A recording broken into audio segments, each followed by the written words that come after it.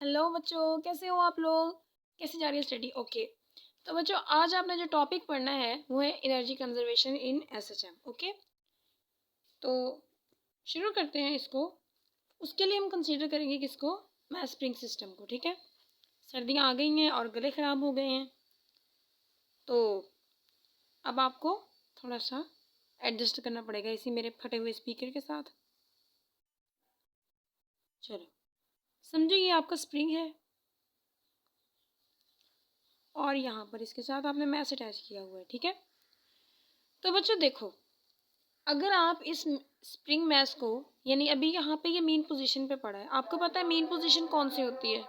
Mean position वो होती है जहाँ पर बॉडी पर लगने वाली, यानी इस मैस पर लगने वाली सारी फोर्सेस का एल्जेब्रिक सम जो है, वेक्टर सम जो है वो जीरो हो। तो ये मीन पोजीशन है। याद है ना आपको मीन पोजीशन क्या होती है?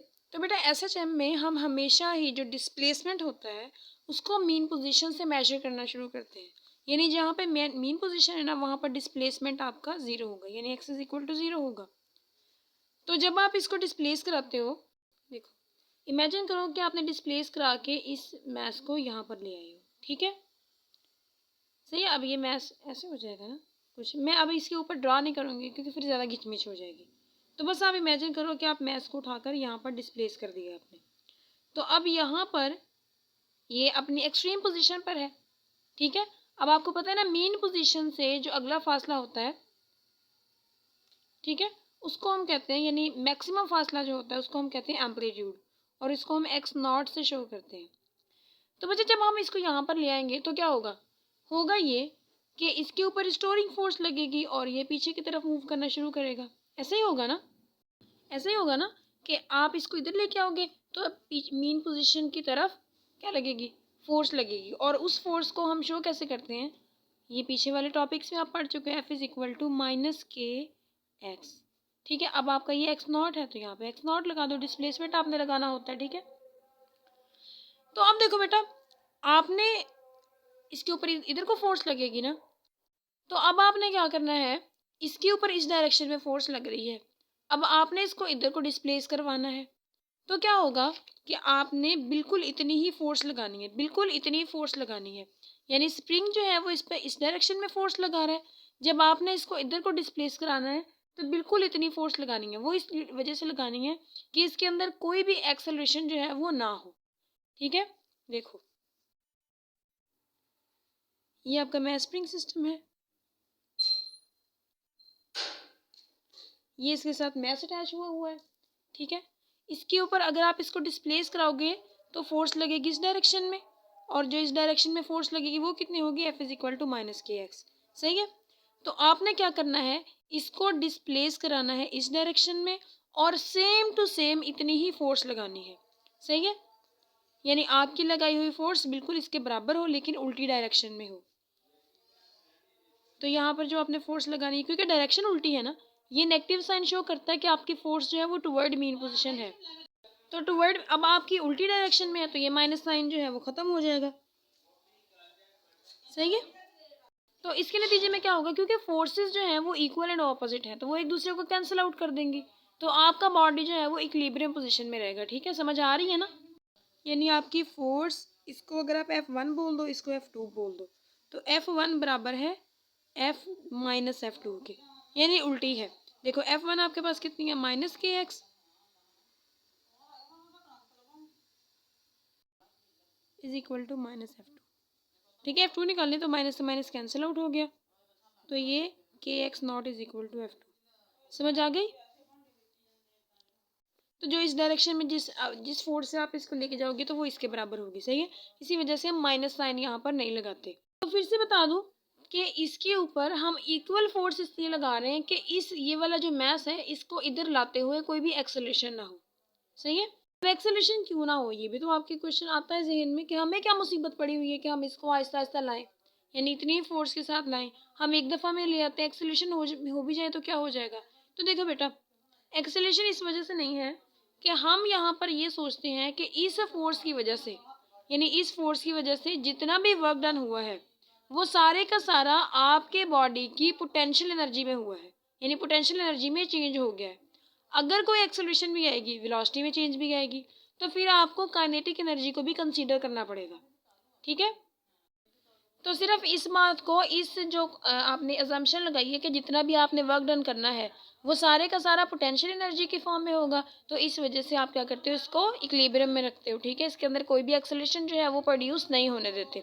सही है, ये तो आपको समझ आ गया कि आपने ऐसा क्यों करना है। सही है ना। तो बच्चे अब आपने क्या करना है, करना आपने ये है, देखो आपने निकालना है वर्क डन के इस मीन पोजीशन से इस पॉइंट तक लाने में आपने कितना वर्क डन किया, वही निकालना है ना, वर्क डन निकालना है। तो वर्क डन निकालने के लिए क्या करना है, आपने फोर्सेस निकालनी है, एवरेज फोर्स निकालनी है। जब आपका बॉडी यहाँ पर था तब कितनी फोर्स उस पर लग रही थी, यहाँ पर था तब कितनी फोर्स लग रही थी, और इन दोनों फोर्सेस की आपने क्या करनी है, एवरेज ले लेनी है। सही है। अब जब आप एवरेज लोगे ना तो क्या होगा कि पहले आपने मीन पोजीशन पे कितनी फोर्स लग रही थी वो कंसीडर करनी है ना, वो कैलकुलेट करनी है। तो एट मीन पोजीशन पे कितनी फोर्स लग रही थी, तो at mean position, mean position, तो देखो एट मीन पोजीशन, जब आप मीन पोजीशन पे थे तो जैसे मैंने आपको बताया कि हमेशा डिस्प्लेसमेंट को आप मीन पोजीशन से नापते हो। तो मीन पोजीशन पे x इज इक्वल टू कितना है, 0। तो देखो वहां पर x कितना है, 0। तो इसका मतलब है कि f इज इक्वल टू क्या होता है, kx होता है ना। तो यहाँ पे x तो 0 है, तो k इंटू 0, तो फोर्स भी कितनी हो गई, 0। यानी मीन पोजीशन पे आपकी फोर्स जो है वो 0 है। जब आप एक्सट्रीम पोजीशन पे देखते हो, एट एक्सट्रीम पोजीशन, ठीक है, वहां पर आपका डिस्प्लेसमेंट जो है वो एम्पलीट्यूड के बराबर होता है। सही है ना। तो जी यहाँ पर आपके पास x is equal to x not हो जाएगा, ऐसा ही है। तो जब आप वैल्यूज लगाओगे f इज इक्वल टू किसके बराबर है, के एक्स। सही है, तो k तो वैसे का वैसे आ गया, x किसके बराबर है, एक्स नॉट के। तो एक्सट्रीम पे आपकी जो फोर्स है ये मीन पे फोर्स है, ये एक्सट्रीम पे फोर्स है। ठीक है। अब आपने निकालना है एवरेज। तो एवरेज कैसे निकालते होते हैं, एवरेज निकालने के लिए सिंपली आपने क्या करना है कि फोर्सेस जो होती हैं उनको जमा कर दो। देखो दोनों फोर्सेस को जमा कर दो, F mean plus F extreme over जितनी तादाद हो उससे डिवाइड कर दो। एवरेज हम ऐसे लेते हैं, मीन की कितनी फोर्स है, 0, एक्सट्रीम की कितनी है, के एक्स नॉट ओवर 2। तो ये एफ एवरेज आपके पास आ जाएगी 1/2 के एक्स नॉट। सही है, ये आपके पास एवरेज फोर्स आ गई है। तो बच्चों जैसे हमने पहले डिस्कस किया कि हमने क्या निकालना है, वर्क डन, कि आपने मीन पोजीशन से स्प्रिंग को आगे लेके गए हो एक्सट्रीम पोजीशन तक, तो इतना करने में आपको कितना वर्क डन करना पड़ा। सही है, वर्क ही निकालना है ना। तो वर्क का क्या फार्मूला होता है, वर्क का फार्मूला होता है, तो यहाँ पे वर्क डन का फार्मूला निकालो, वर्क डन बराबर होता है फोर्स मल्टीप्लाई बाय डिस्प्लेसमेंट, यही होता है ना। तो फोर्स आपने एवरेज निकाल ली है, वो कितनी आई थी, 1/2 के एक्स नॉट, यही आई थी ना। और डिस्प्लेसमेंट भी कितना है, एक्स नॉट, क्योंकि आप अपने स्प्रिंग को मीन पोजीशन से एक्सट्रीम पोजीशन तक की लेके गए हो ना। तो यहाँ पर ये एक्स नॉट आ जाएगा। तो ये आपके पास वर्क का जो फार्मूला आएगा वो आएगा 1/2 के एक्स नॉट का स्क्वायर। तो बच्चे शुरू में ही ये आपके पास वर्क आ गया है। जब हम ये टॉपिक शुरू करने वाले थे ना, शुरू में जब मैंने आपको इक्विलिब्रियम का बताया था, तब मैंने आपको बताया था कि हम ये कंसीडर करते हैं कि मीन पोजीशन से आपके पार्टिकल को एक्सट्रीम पोजीशन तक ले जाने के लिए आपको जितना वर्क करना पड़ा, वो वर्क जो होगा वो पोटेंशियल एनर्जी की तौर में सामने आएगा। ठीक है। तो वर्क जो होगा वो आपकी पोटेंशियल एनर्जी के बराबर हो गया ना। सही है। तो पोटेंशियल एनर्जी आपके पास कितनी आ जाएगी, सेम टू सेम यही के एक्स नॉट का स्क्वायर। सही है। तो ये आपके पास रिलेशन आ गया है। अब अगर आप यहाँ पे देखो तो पोटेंशियल एनर्जी किस चीज़ पे डिपेंड कर रही है, ये भी कांस्टेंट है, ये भी कांस्टेंट है। तो अगर हम इस कांस्टेंट को हटा दें तो यहाँ पर प्रोपोर्शनैलिटी का साइन आ जाएगा ना, एक्स नॉट का स्क्वायर। तो इसका मतलब ये है कि पोटेंशियल एनर्जी डिपेंड करती है किस चीज़ पर, डिपेंड करती है डिस्प्लेसमेंट पर। अब ये आपकी पोटेंशियल एनर्जी तब है, कब है भला, जब आपका बॉडी जो है वो एम्पलीट्यूड पर पड़ा है। सही है। यानी ये देखो ये है आपका स्प्रिंग मैस सिस्टम, ठीक है। और यहाँ से उठाया आपने, यहाँ पे मैं दोबारा बना देती हूँ, ठीक है। यहाँ से उठा के आप इसको इस पॉइंट पर ले आइए, इसकी एक्सट्रीम पोजीशन है।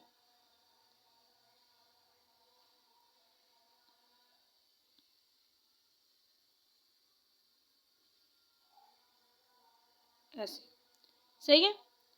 तो क्या होगा कि आप अभी आपने कंसीडर कब किया है, जब वो यहाँ पर x इज इक्वल टू 0 था, यहाँ पे x is equal to x not के बराबर था, सही है।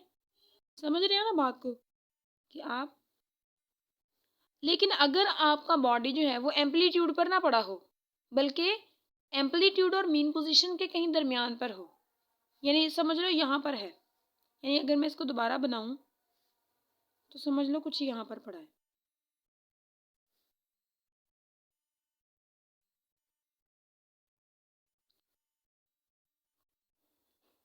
यहाँ पर।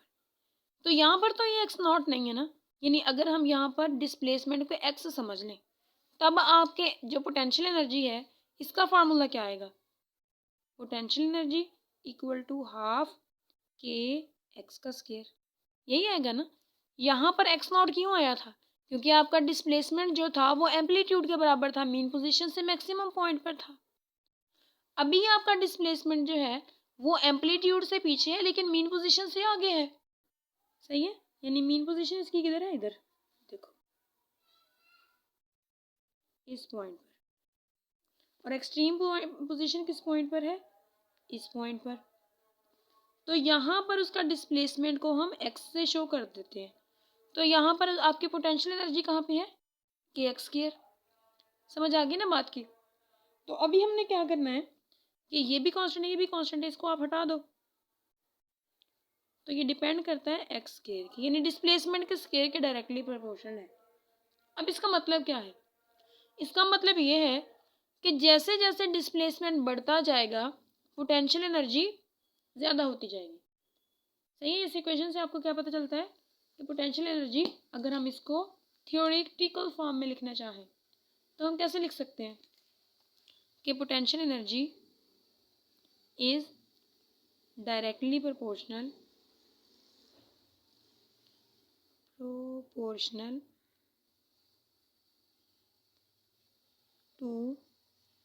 Displacement, okay. जब डिस्प्लेसमेंट ज़ीरो होगा तब पोटेंशियल एनर्जी भी ज़ीरो होगी।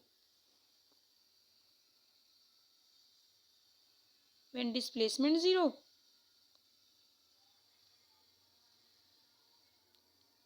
Potential energy zero. अब डिस्प्लेसमेंट कहाँ पे ज़ीरो होता है, मेन पोजीशन पे ज़ीरो होता है, तो इसका मतलब क्या होगा कि एट मीन पोजीशन आपकी जो पोटेंशियल एनर्जी होगी वो ज़ीरो होगी,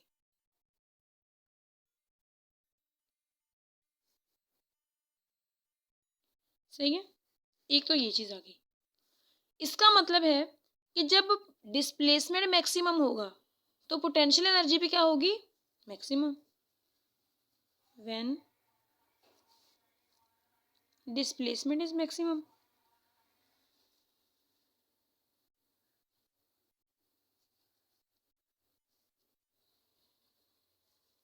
potential energy is also maximum, सही है। यानी अब डिस्प्लेसमेंट कब मैक्सिमम होता है, एक्सट्रीम पोजीशन पे, यानी एम्पलीट्यूड पे। तो इसका मतलब है कि एट एक्सट्रीम पोजीशन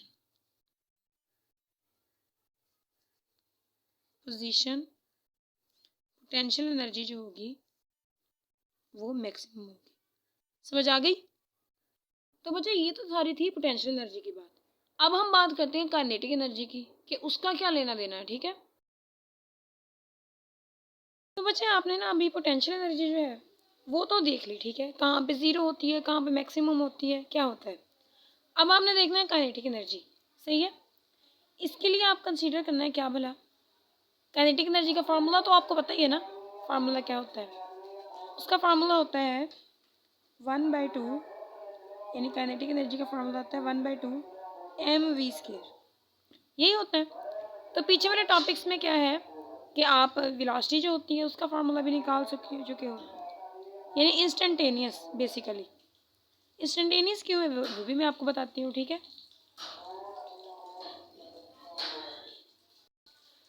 ठीक है, अभी आप ना इसको देख लो। वी इंस्टेंटेनियस का फार्मूला होता है जी x not under root k by m 1 minus x by x का स्क्वायर एक्स नॉट का स्क्वायर। सही है, ये होता है। अब ज़रा इसमें वैल्यूज़ लगा लो आप। वैल्यूज़ लगाई तो ये आपके पास हाफ एम और वी की जगह पे ये वैल्यूज़ आ जाएंगी। X not under root k by m into 1 minus x square over x not का स्क्वायर और ये टोटल का स्क्वायर। सही है, तो ये स्क्वायर रूट कैंसिल आउट हो जाएगा और ये इसका स्क्वायर आ जाएगा। तो काइनेटिक एनर्जी आपके पास इसके बराबर आ गई हाफ एम एक्स नॉट का स्क्वायर और अंदर आ गया k by m 1 minus x square over x not का स्क्वायर। ओके, तो मैथ से मैथ कैंसिल आउट हो गया और काइनेटिक एनर्जी आपके पास आ गई हाफ एक्स नॉट स्क्वायर साथ में के 1 minus x square over x not का स्क्वायर। तो बच्चे ये जो काइनेटिक एनर्जी आपके पास आई है ना, ये आपके पास तब आई है जब आपका बॉडी यहाँ पर था, यानी ना मीन पोजीशन पर था ना एक्सट्रीम पोजीशन पर था, दरमियान में किसी पोजीशन पर था, तब आपके पास इतनी काइनेटिक एनर्जी होती है। सही है, अब यहाँ पर देखो आप, काइनेटिक एनर्जी जो होती है ये डिपेंड कर रही है, देखो ये भी कांस्टेंट, ये भी कांस्टेंट, ये भी कांस्टेंट। डिपेंड किस पे कर रही है? ये डिपेंड कर रही है डिस्प्लेसमेंट के ऊपर। मैं फिर से बता दूं कि पोटेंशियल एनर्जी को तो आपने कैलकुलेट ही पहले नंबर पे तब किया था जब आप मैस को उठाकर एक्सट्रीम पोजीशन पर लेके आए थे, लेकिन काइनेटिक एनर्जी की वैल्यू अब आपने कैलकुलेट की है तब जब आपका मैस जो है वो एक्सट्रीम और मीन पोजीशन के दरमियान पर है कहीं पे। समझ आ गई? अब यहाँ पर देखो ये वैल्यू आ गई है काइनेटिक एनर्जी की, तो डिपेंड किस चीज़ पे कर रही है? ये डिस्प्लेसमेंट पर। और मीन पोजीशन से यानी एसएचएम में डिस्प्लेसमेंट को आप हमेशा मीन पोजीशन से ही कैलकुलेट करना स्टार्ट करते हैं। तो अब हम देखते हैं कि व्हेन एक्स इज ज़ीरो, या हम लिख सकते हैं displacement is zero. Displacement is zero. अब ये ज़ीरो कब होता है? मीन पोजीशन पे ज़ीरो होता है ना। तो यहाँ पे खैर हमने यहाँ पे x is equal to zero लगा दो, यहाँ पे वैल्यूज लगा लो। तो काइनेटिक एनर्जी आपके पास किसके बराबर आ जाएगी? हाफ एक्स नॉट का स्क्वायर के 1 माइनस, यहाँ पे ज़ीरो हो गया, ये पूरी टर्म ज़ीरो हो गई, तो ये आपके पास आ गया हाफ एक्स नॉट का स्क्वायर के इधर आ गया 1 माइनस ज़ीरो। तो आपके पास काइनेटिक एनर्जी कितनी आ गई? मैक्सिमम एक्स नॉट का स्क्वायर। तो इसका मतलब है कि जब आप मीन पोजीशन पे हो, डिस्प्लेसमेंट आपका ज़ीरो है, तब आपकी काइनेटिक एनर्जी क्या है? मैक्सिमम। तो इसको ज़रा यहाँ से रिलेट करो। जब आप मीन पोजीशन पे थे तो पोटेंशियल एनर्जी कितनी थी? ज़ीरो। और काइनेटिक एनर्जी अब कितनी आ रही है? मैक्सिमम। तो यहाँ से आपको पता चलता है कि मीन पोजीशन के ऊपर आपकी टोटल एनर्जी जो होती है वो कितनी होती है? काइनेटिक एनर्जी होती है। सही है, total energy in the form of kinetic energy होती है। पोटेंशियल एनर्जी वहाँ पे कोई भी नहीं होती। सही है, अब आप देख लो कि जब आपका बॉडी एक्सट्रीम पोजीशन पर होगा, when x is equal to x not, यानी बॉडी जब एक्सट्रीम पोजीशन पर होगा तो डिस्प्लेसमेंट एक्स नॉट के बराबर होगा ना, या फिर आप लिख सकते हो displacement is maximum, is maximum लिख सकते हो ना ये। तो तब क्या होगा? यहाँ पे वैल्यू लगाओ ज़रा। काइनेटिक एनर्जी की वैल्यू आपके पास आ जाएगी हाफ 1 माइनस एक्स की जगह पे क्या आ जाएगा? X not. ये कैंसिल आउट हो जाएंगे और हो जाएगा 1 हाफ के एक्स नॉट का स्क्वायर 1 माइनस 1, और ये ज़ीरो हो जाएगा। इसके ज़ीरो होने से पूरी टर्म ही ज़ीरो हो जाएगी। तो इसका मतलब है कि एक्सट्रीम पोजीशन पर काइनेटिक एनर्जी कितनी आएगी, 0। अब यहाँ से इसको रिलेट करो, पोटेंशियल एनर्जी जो आपकी एक्सट्रीम पोजीशन पर थी वो कितनी थी, मैक्सिमम, और काइनेटिक एनर्जी कितनी है, 0। तो इसका मतलब है कि काइनेटिक एनर्जी जो है वो एक्सट्रीम पोजीशन पर पोटेंशियल एनर्जी मैक्सिमम है, काइनेटिक एनर्जी 0 है। इसका मतलब है कि एक्सट्रीम पोजीशन पर जो टोटल एनर्जी होगी in the form of potential energy होगी, यानी वहाँ पे काइनेटिक एनर्जी का कोई लेना देना नहीं होगा। तो बच्चे अगर आप ना इसको ध्यान से देखो तो अभी आपने पढ़ लिया पोटेंशियल एनर्जी को भी, काइनेटिक एनर्जी को भी अलग से, ये भी पढ़ लिया कि कहाँ पे किसका अरूज है, किसका ज़वाल है। यानी मीन पोजीशन पर आपने पढ़ लिया कि मीन पोजीशन पर काइनेटिक एनर्जी अरूज पर होती है, यानी मैक्सिमम होती है। जैसे ही वो मीन पोजीशन से अपना पाँव बाहर निकालती है, आगे की तरफ जाती है, उसका ज़वाल शुरू हो जाता है, वो कम होना स्टार्ट कर देती है, और एट एक्सट्रीम पोजीशन वो बिल्कुल 0 हो जाती है। इसी तरह आपने देखा कि पोटेंशियल एनर्जी जो होती है वो एक्सट्रीम पोजीशन पर अरूज होता है उसका। जैसे ही वो एक्सट्रीम पोजीशन से वापस मीन की तरफ जाना स्टार्ट करती है, उसका ज़वाल शुरू हो जाता है, और at the end mean position पर वो बिल्कुल ख़त्म हो जाती है, 0 हो जाती है। इसी को हम ग्राफ की फॉर्म में लिखते हैं, जैसे मैंने यहाँ पे बनाया भी हुआ है। हम इसको दोबारा से देखते हैं, ठीक है। एक और बात जो बतानी इंपॉर्टेंट है बेटा, पोटेंशियल एनर्जी जो है ना वो स्केयर है, फंक्शन के स्केयर पे डिपेंड कर रही है, यानी वेरिएबल एक्स वेरिएबल है ना, ये तो कांस्टेंट है दोनों, चेंज क्या हो रहा है, एक्स, तो फंक्शन का स्केयर है। तो स्केयर का जो ग्राफ होता है ना हमेशा कुछ इस तरह का होता है, सही है। और जो काइनेटिक एनर्जी है ये भी स्केयर पे डिपेंड कर रही है, चाहे इसको देख लो चाहे इसको देख लो, बाकी सारी चीज़ें तो कांस्टेंट है ना। तो इसका ग्राफ जो होगा वो भी ऐसा ही होगा। तो जब हम इन दोनों का ग्राफ बनाते हैं ना, तो देखो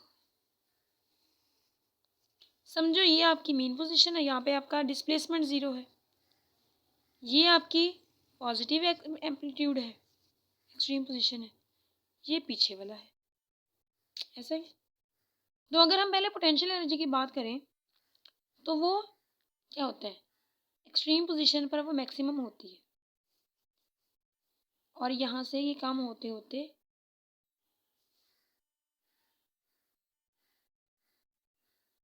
ऐसे मीन पोजीशन तक आ जाती है, और मीन पोजीशन पर आके 0 हो जाती है। जैसे ही मीन पोजीशन से निकलती है बढ़ना स्टार्ट कर देती है, और एक्सट्रीम पोजीशन तक जाते जाते फिर से मैक्सिमम हो जाती है। ये हो गया पोटेंशियल एनर्जी की बात। लेकिन काइनेटिक एनर्जी क्या है, पोटेंशियल एनर्जी की उल्टी है, तो उसका ग्राफ भी क्या होगा, इससे उल्टा होगा। तो एक्सट्रीम पोजीशन पर वो 0 होती है, मैक्सिमम मीन पोजीशन पर वो मैक्सिमम होती है।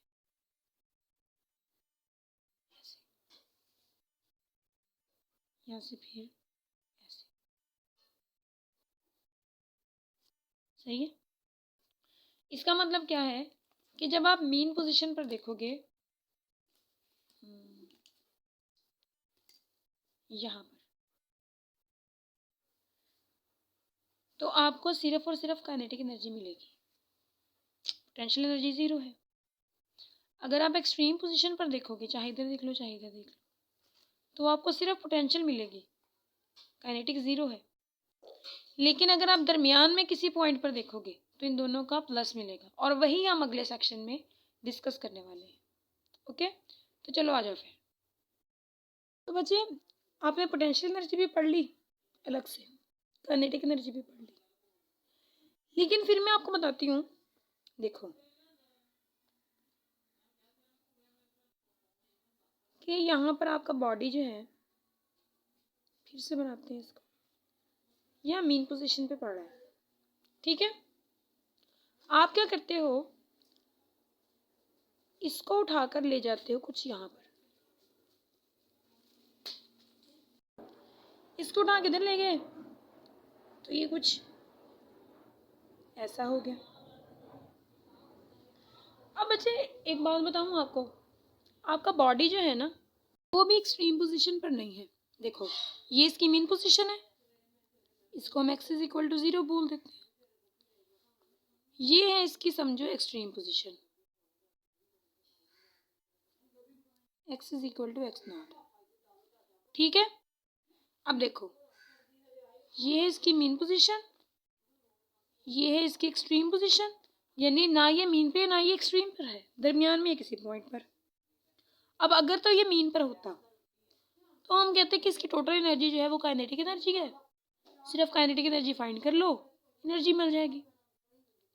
अगर ये एक्सट्रीम पोजीशन पर होता फिर हम कहते हैं सिर्फ पोटेंशियल एनर्जी फाइंड कर लो, तो वो टोटल एनर्जी के बराबर है। लेकिन मसला ये है दरमियान में है, ये यहाँ पर इसका डिस्प्लेसमेंट जो है वो एक्स है, समझ आ गई। अब यहाँ पर कोई भी एनर्जी जीरो नहीं होगी, ना काइनेटिक एनर्जी जीरो होगी ना पोटेंशियल एनर्जी जीरो होगी, दोनों एनर्जीज ही होंगी। पर जो आपकी टोटल एनर्जी होगी ना उसमें कुछ पोटेंशियल एनर्जी का भी हिस्सा होगा, कुछ काइनेटिक एनर्जी का भी हिस्सा होगा, ऐसा ही है। तो एक और बात, सिंपल हार्मोनिक मोशन में जो फोर्स होती है ना, एनर्जी होती है, वो कंजर्वेटिव होती है, कंजर्व रहती है। कंजर्व का मतलब ये है कि टोटल एनर्जी की अमाउंट हमेशा सेम ही रहेगी, चाहे आप मीन पोजीशन पे हो तो भी टोटल एनर्जी उतनी होगी, अगर आप एक्सट्रीम पोजीशन पर हो तो भी एनर्जी उतनी होगी, अगर आप दरमियान में कहीं पे हो ना टोटल एनर्जी तो भी उतनी ही आएगी। ठीक है, यानी अगर आप एक्सटर्नल फ्रिक्शन जो है उसको इग्नोर कर दो तो। अच्छा, तो अब यहाँ पर है तो यहाँ पर कुछ पोटेंशियल एनर्जी भी होगी, कुछ काइनेटिक एनर्जी भी होगी, तो टोटल एनर्जी आपके पास आ जाएगी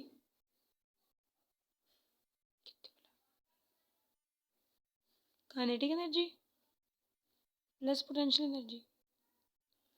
अब आपको याद है कि काइनेटिक एनर्जी का फार्मूला हमने निकाला था पीछे जब वो दरमियान में हो, तो इनफैक्ट सबसे पहला फार्मूला हमने निकाला इसके लिए था, तो उस वो फार्मूला कितना आया था भला, वो आया था 1/2 के वी नॉट का square 1 minus x square over x not का स्क्वायर, यही आया था। और पोटेंशियल एनर्जी का जो निकाला था वो था 1/2 के एक्स नॉट का एक्स का स्क्वायर, क्योंकि दरमियान में है।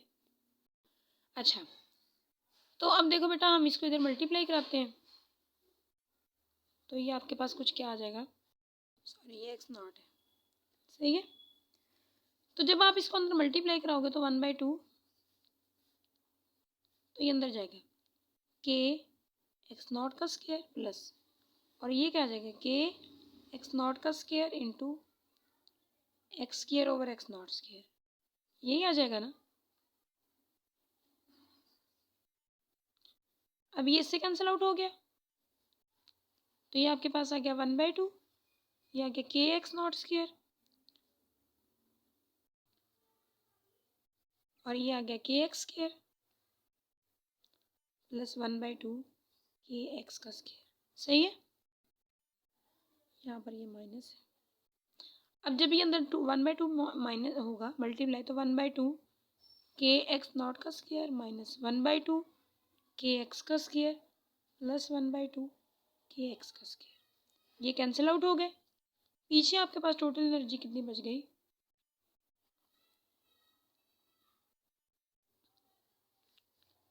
ये बच गया total energy half k x not का स्क्वायर। तो बच्चे पोटेंशियल एनर्जी, काइनेटिक एनर्जी और टोटल एनर्जी का फार्मूला आपके पास सेम आया है, तो इसका मतलब ये है कि आप किसी भी पॉइंट पर जाओ आपके पास जो एनर्जी आएगी वो कंजर्व रहेगी, क्यों, क्योंकि आपके पास फार्मूला सेम आया है। आपके पास जो काइनेटिक एनर्जी आई थी मैक्सिमम एट मीन पोजीशन, वो भी तो 1/2 के एक्स नॉट ही आई थी ना, और जो पोटेंशियल एनर्जी आई थी एट एक्सट्रीम पोजीशन यही आई थी। इसका मतलब है कि किसी भी पॉइंट पर आपकी जो सिंपल हार्मोनिक मोशन है उसमें आपकी एनर्जी कंजर्व रहेगी, और यहाँ पे हमने प्रूव कर दिया। जब आप एक्सट्रीम पोजीशन पर जाओगे तो वहाँ पर काइनेटिक एनर्जी ज़ीरो होगी, लेकिन पोटेंशियल एनर्जी वहाँ पे मैक्सिमम होगी, यानी टोटल एनर्जी जो होगी वो in the form of kinetic potential energy होगी। एक्सट्रीम पोजीशन पर टोटल एनर्जी पोटेंशियल एनर्जी की फॉर्म में होगी, मीन पोजीशन पर टोटल एनर्जी काइनेटिक एनर्जी की फॉर्म में होगी, लेकिन कहीं दरमियान में टोटल एनर्जी काइनेटिक एनर्जी और पोटेंशियल एनर्जी के सम के बराबर होगी। समझ आ गई ना आप लोगों को? तो यही था आज का चैप्टर, आज का टॉपिक। होप्स हो कि आपको समझ आ गई है। मिलते हैं अगले लेक्चर में, तब तक के लिए आप अपना ख्याल रखना। अल्लाह हाफिज़।